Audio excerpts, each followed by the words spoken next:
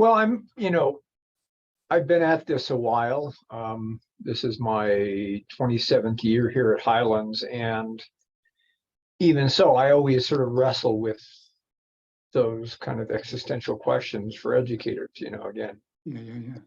is what we're doing working? How can we do it better? And in the humanities in particular, and I think to some degree across the arts and sciences, one of the things that is sort of a paradox is that most of us aren't really trained as educators. Mm-hmm. When we come out of graduate school, when we go into our first job, or maybe even our second or third job, we're experts in the content area, but what we know about teaching, generally speaking, is picked up on the job. I mean, I was fortunate in as much as at UT, where I did my doctorate, there was a class on pedagogy for teaching assistants, and so you learn how to make a syllabus, and they recorded you doing a lecture. Right. But that was about it. So I'm always interested in looking at how people in the School of Ed, who, again, that's what they do. Yeah. The insights they may have. Sorry, I didn't mean to go on. No. I appreciate you saying that. And what I'm going to focus on here today isn't pedagogy, because that's secondary to what is the general theory of education. What are our overall aims? And the pedagogy, the curriculum, the teacher effectiveness, all of that depends on what's our goal. Right. Yeah. So Jessica, thank you. Yeah, I see you. And Angel, Angel, what brought you here today? Hi, Dr. Karaba. Well, just I always like to join these talks just to learn a little bit more and different ways. I'm not an instructor, so just thinking of it in my way, what can we do better, of course, to help the students succeed? Like you said, what are our goals? Just to help them. But yeah, I just came on. I always enjoy listening to everybody and all the different lectures that everybody gives, these talks. So, well, thank you for joining, Angel.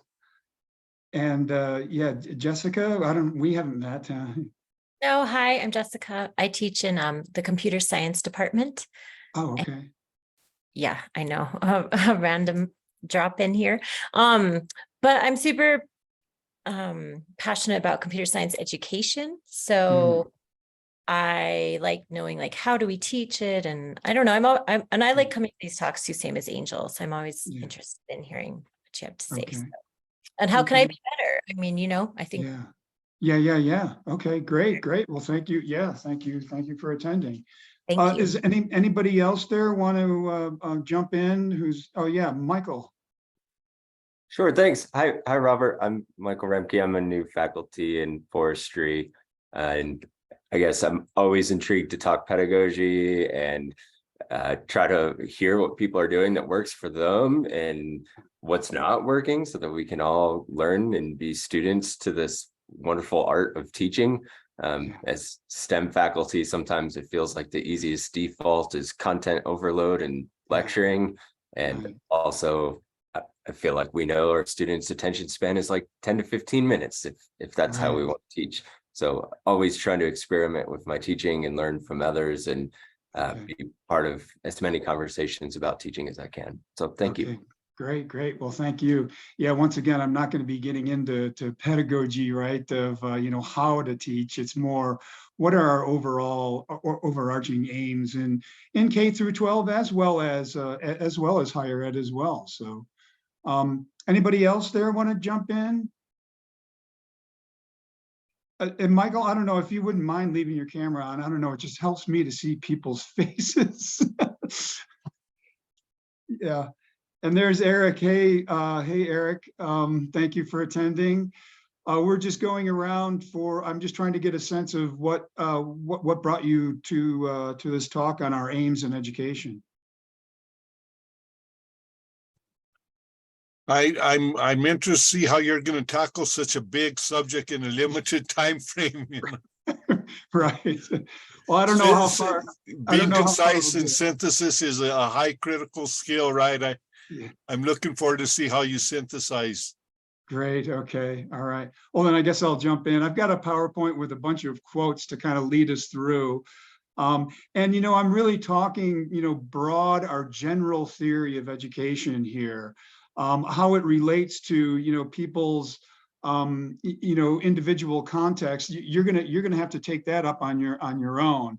Let me go ahead and do the slideshow here.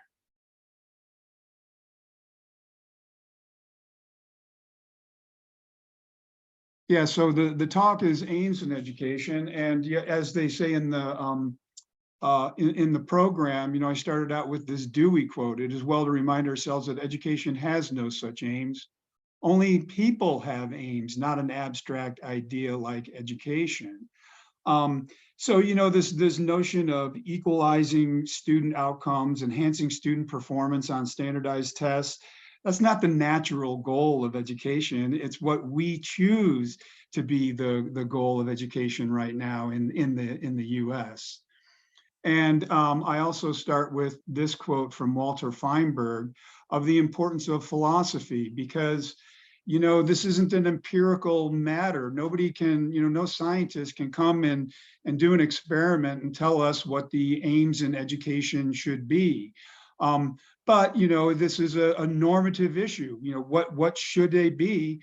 And like I said earlier, all the questions about school finance, improving student performance, teacher effectiveness, what is our goal? All of those questions are going to depend on what is the aim or goal or objective appropriate for public education.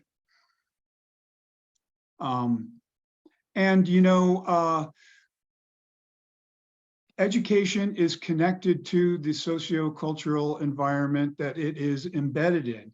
The Aztec society, they had a higher education system, but it wasn't to get an MBA and become a merchant, because that's what wasn't important to the Aztec society. What was important, and when you went to higher education in Aztec society, you either went to become a warrior or you went to become a priest. And so to understand our aims in education, we need to understand the sociocultural environment in which it is embedded. There's a saying in sociocultural studies of education, Nazi society had Nazi schools, communist society has communist schools, and a capitalist society has capitalist schools. And our aims have changed over time. And please, this is informal. So if anybody has any comments or you want to jump in, please jump in. But, at a certain point, when I was going to school way back when, it was, hey, do you want to become president? And there has been a fundamental change in the purpose of schooling from the lofty political goal to be citizens in a democratic society to a practical economic goal, getting students ready to enter the workforce. And this really started happening in the 80s when Ronald Reagan ushered in this neoliberal era of, where economic rationality really takes over everything. And yeah, we went from building a society to building the economy. And so I would argue then that this is a pretty good description of our current general theory of education. The purpose of school, according to many, is to get a good job or career. The aim, while important, is essentially private, aimed at promoting economic gains for individual families, companies, and by default, the nation. Like I said, I think this is an apt description of our current cultural beliefs about the purpose of education. And when I'm going to stop share here for a minute just so I can see people. When I ask students, why are they here? When you ask students, why are they in the class? They're going to say, so that I can get a job, right? Have a good career. How many of them raise their hand and say, well, it's to become a good democratic citizen and become a better person, right? So this is our general theory of education right now. And it fits with this neoliberal notion of a very strong private sphere and a very weak public spaces. And to further emphasize the point, got another quote from Michael Engel. Current day discussions about the future of education are conducted almost entirely in the language of free market, individual achievement, competition, choice, economic growth, and national security, with occasional lip service being given to egalitarian and democratic goals. And he said that back in 2000, but I would suggest that it still goes on today. In 2006, I took a class to a debate between Rod Page and Tom Daschle. Rod Page was the Secretary of Education under the original George Bush, and he was one of the architects for No Child Left Behind. And he was debating Tom Daschle, who was a Democratic senator. I can't remember, either one of the Dakotas, either North Dakota or South Dakota.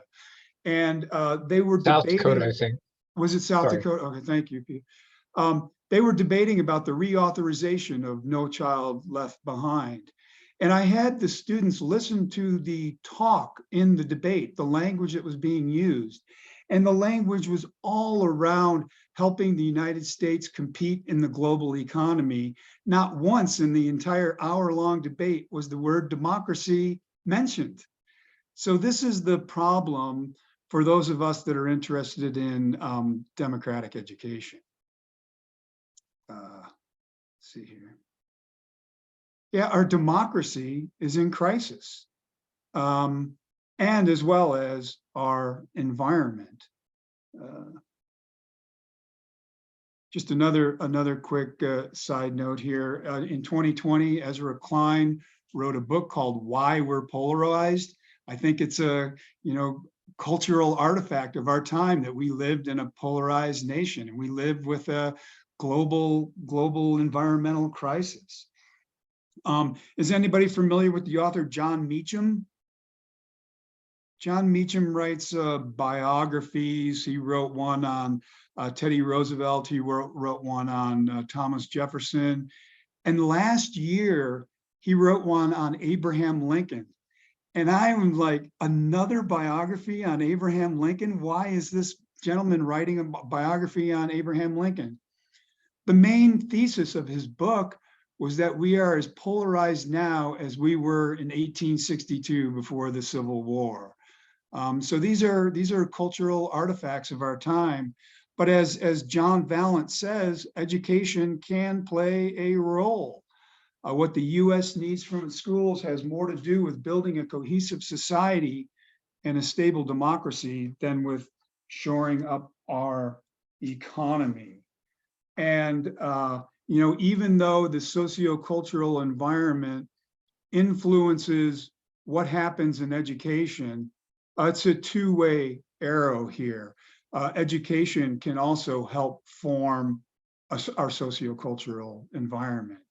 And so I agree with Dewey here that education is the fundamental method of social progress and reform.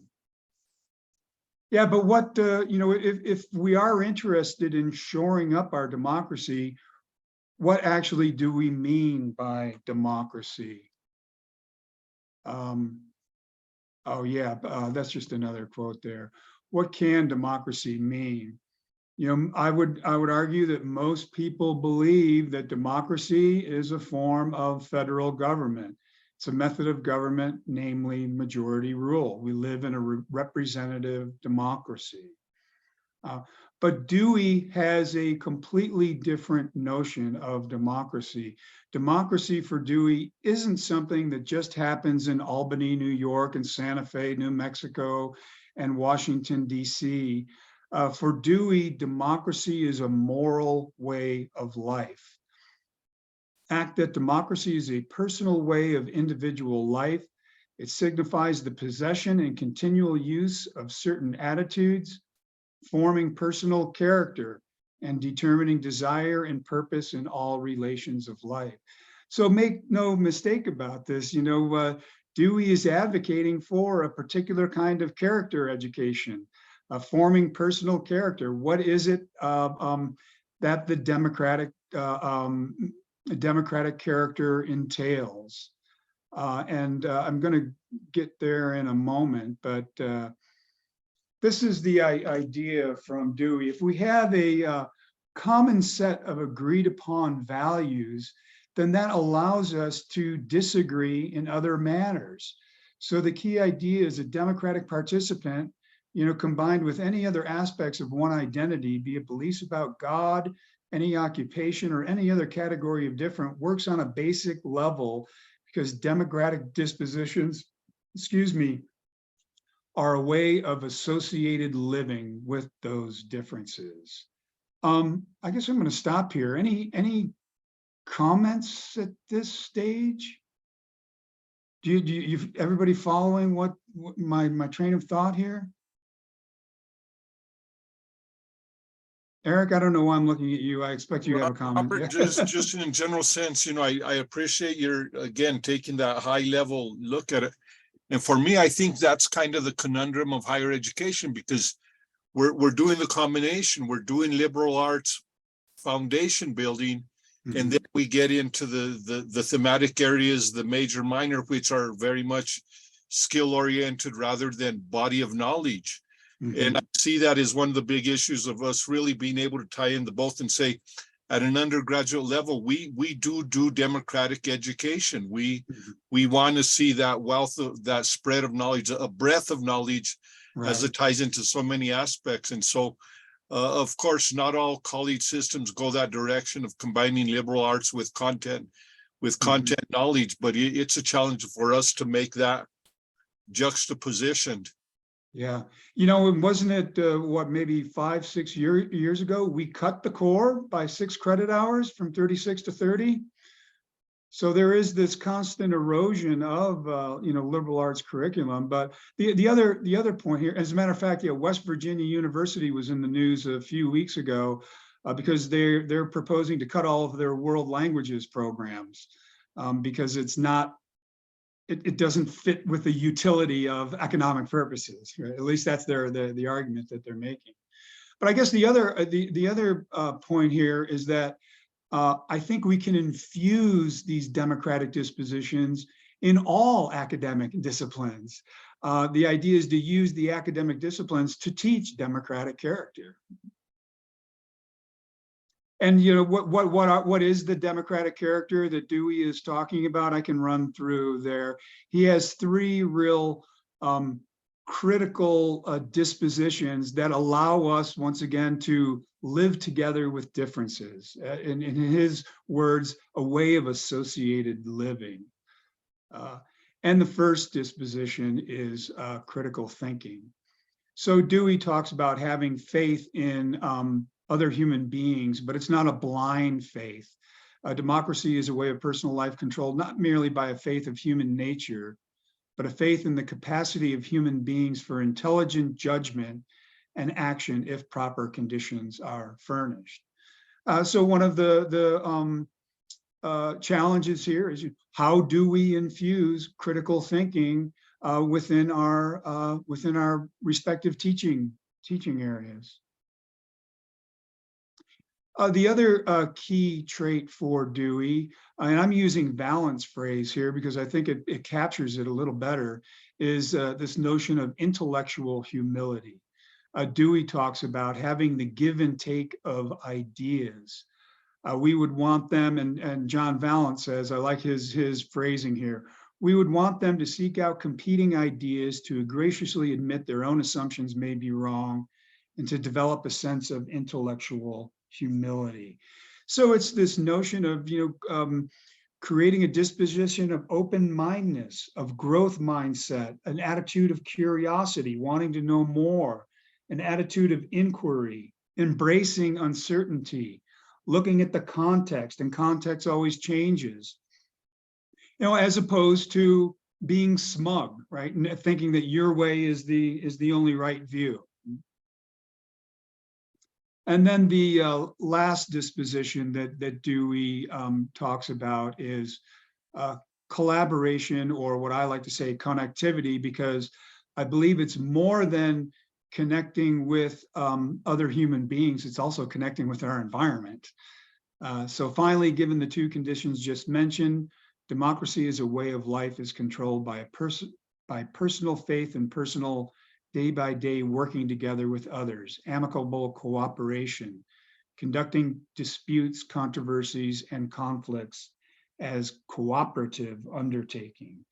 So having compassion for your fellow man, having caring attitude, civility and respect for others, the notion of interdependence. We're interdependent with each other as well as the environment. The connectivity also alludes to concern for the common good and social justice, social responsibility and empathy, culturally responsive teaching, and a sense of belonging, as opposed to self-centeredness, individualism, and not caring about others. So yeah, my challenge to for those of you that are here is, how can we foster these dispositions in what we teach? And also, the public is not aware of the public purposes of education. They think that the main goal of education is for their children or the polis to be effective economic workers. So how can we foster the dispositions of critical thinking? How can we foster the disposition of intellectual humility, and that third one of connectivity in what we teach? So that's what I have. Comments, questions. So we're not getting into the pedagogy, but that's my challenge to you, is to think about how you might be able to infuse those dispositions. Anybody have any ideas? Do you do that now?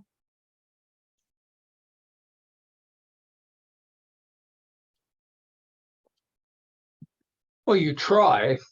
But again, the wind is sort of in our faces on a lot of this stuff, because I can remember way back in the misty dawn of time in the early 90s, I taught as a leave replacement professor at the University of Oregon for a year, just after they had radically changed their tuition model, where it had been that tuition was kept low and the state up most of the tab, and they had just switched so that tuition made up 75% of the total cost, and the bottom line for students had skyrocketed.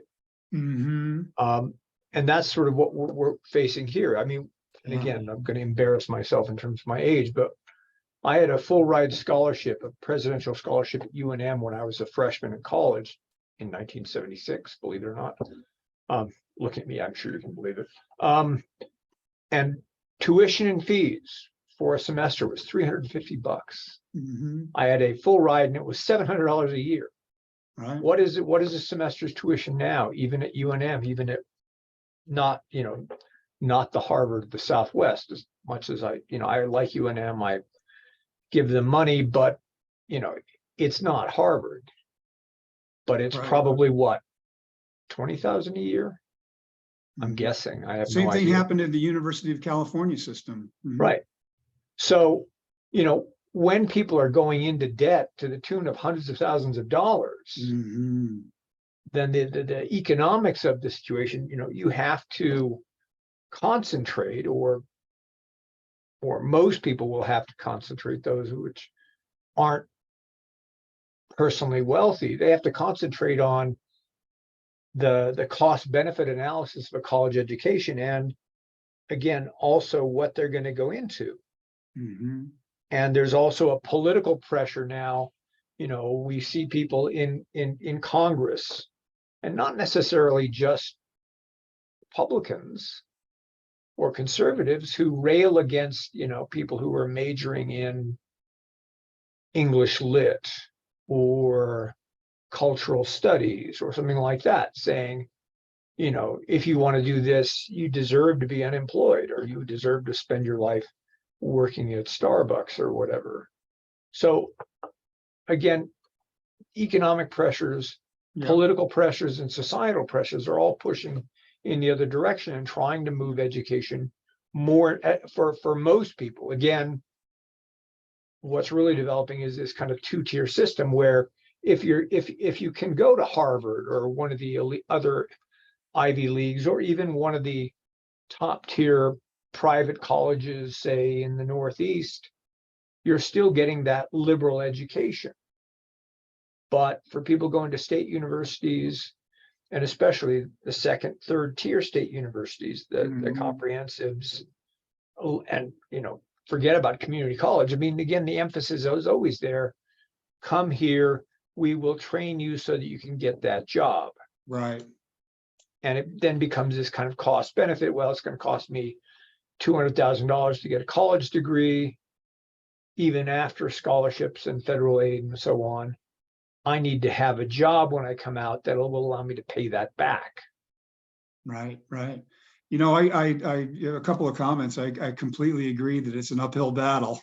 And I would say that the erosion of public spaces, of the state funding of universities, is a function of the neoliberal attitude of we want a nice private sphere, but a very limited public sphere. And one more comment before Eric, universities are turning more into vocational schools, but I would argue, along with David Orr, that we don't just need good engineers, we need good people who are good engineers. David Orr talks about the environmental degradation that's going on isn't done by uneducated people. They're done by, engineers that don't have that sense of connectivity with the earth. Eric, you wanted to jump in. Similar to Dr. Linder's comment, I did undergraduate work in the mid-70s as well, and we had EOP programs, educational opportunity programs, that were developed during the civil rights of the 60s, et cetera. And those programs were intentional in attracting first generation ethnic minority, low socioeconomic students to come into university systems. And the EOP programs had a civic engagement back to community orientation. And of course that shifted during the Reagan administration, both, financially and ideologically.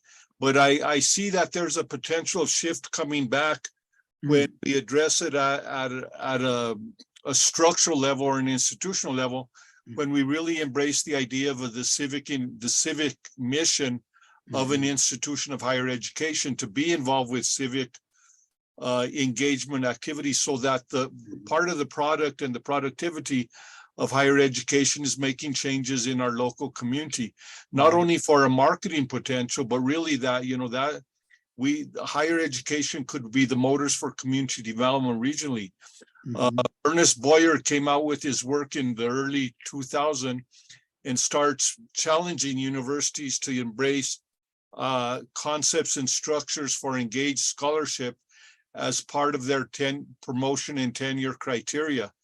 So rather than just limited to publication and presentation and scholarly contribution, it's saying that scholarly contribution could also be, in the sense of Gramscian organic intellectualism. It could be of some immediate and local value. And I see some institutions have embraced that modeling and have brought that in, but that has to be at an institutional, a faculty level to be able to make those shifts come about. But there are structures for change.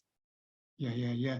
Well, do you think that it does have to be at the institutional level, or is there activities that we can do as individual faculty members to promote more civic mindedness in the student population? I'm glad you mentioned that, because we have it built into the latest generation of the strategic plan. Goal number 3 is a civic engagement, and it includes the terminology of social justice in there. So it's within our strategic plan, but it's up to units and departments to see how much they embrace and enact upon those areas. And we don't have the mechanism for gauging cross campus to see how many disciplines employed that modeling and really put some meat to that particular goal in the strategic plan. Right. You know, it reminds me of Dr. Minner's talk at the Faculty Development Week that, you know, the public just looks, it does the cost benefit analysis that Peter was talking about, but we need to get them to think more about, you know, the public functions, not just, you know, what's going to help with their individual social mobility. So thank you for saying that. And I'm all for the- If I could just say, the value equation for Highlands is a little bit different because, you know, oftentimes looking at those materials, it says, yeah, you get a chemistry degree, an associate's or a BS in chemistry, and you're looking at 110,000 beginning salaries. But of course, those are outside of the state. So when we're looking at that value equation, and Dr. Minner has addressed that, yes, certainly, we have to calibrate it according to where our local, in sometimes even rural economics are at. So if we're going to be attractive to rural students, we have to contextualize and make sure they understand this is what they're coming to, and this is the cost and the value equation that goes along with their finishing their degree.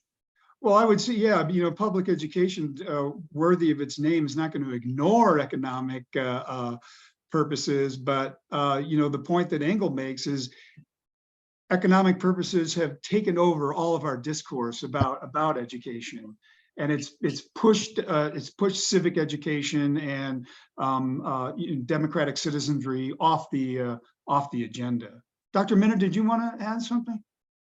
Well, I am enjoying this conversation. It's kind of up my alley, and I agree with much of what's said. It does seem to me that I'm not really a historian of higher education, a little bit, you know, but that's really not my forte. But you know, initially higher education, I mean, even going way back, even before our nation, was really about making good people. I mean, it was like, now the problem with that's a beautiful mission.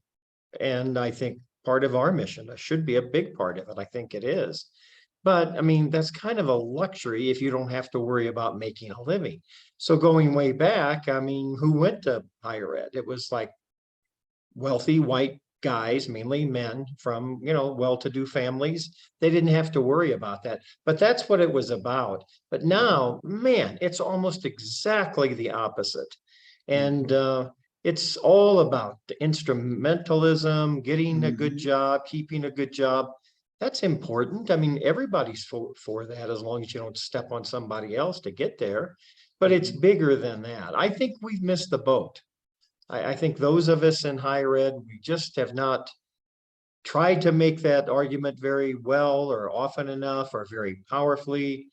I mean, you know, it is about a good first job and a great career, but man, it's really about leading a wonderful and beautiful life, you know, and a life of meaning and purpose. And but we're going to have to get back to that. I think that we've not been doing that enough, and I think we're paying the price for it.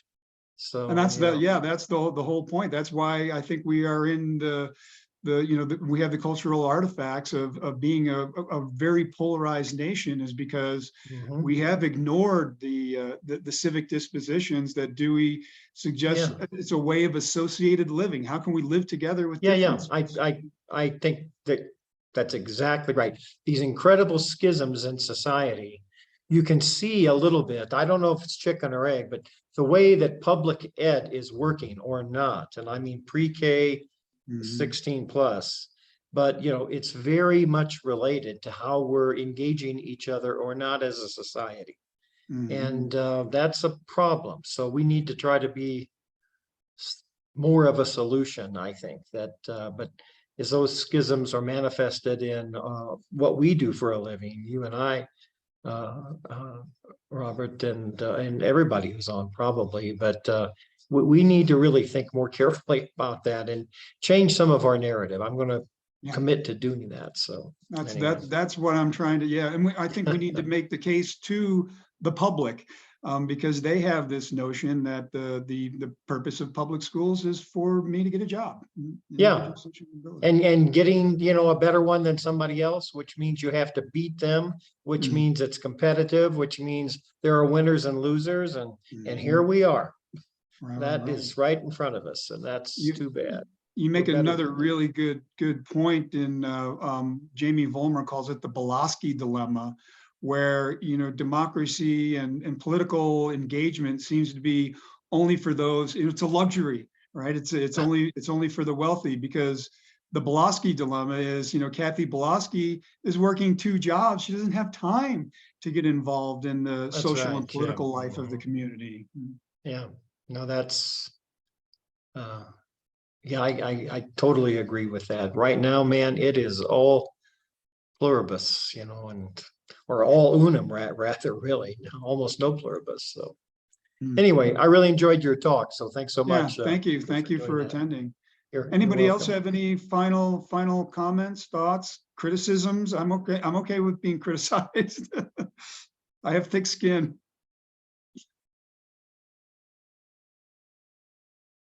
Okay, well, once again, Angel, thank you for attending. Eric, Peter, everybody else, thank you for attending, and we'll keep up the good fight, even though I